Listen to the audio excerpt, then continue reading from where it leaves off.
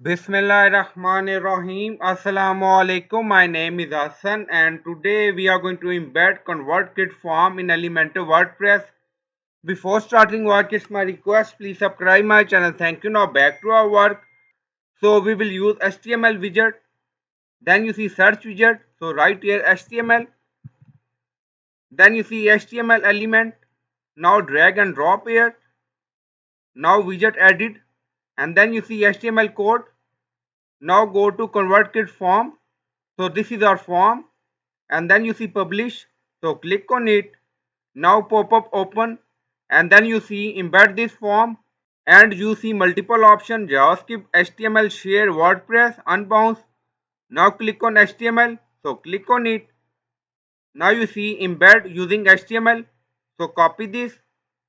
Now go to HTML widget. Now paste. Now you see form is added and then click on update. Now update done and scroll down, you see all form detail. Also you see text. Now you see please. Now you see change added here. Now we added more text.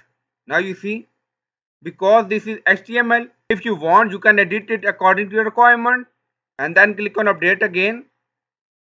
Now go to website. So we already added form.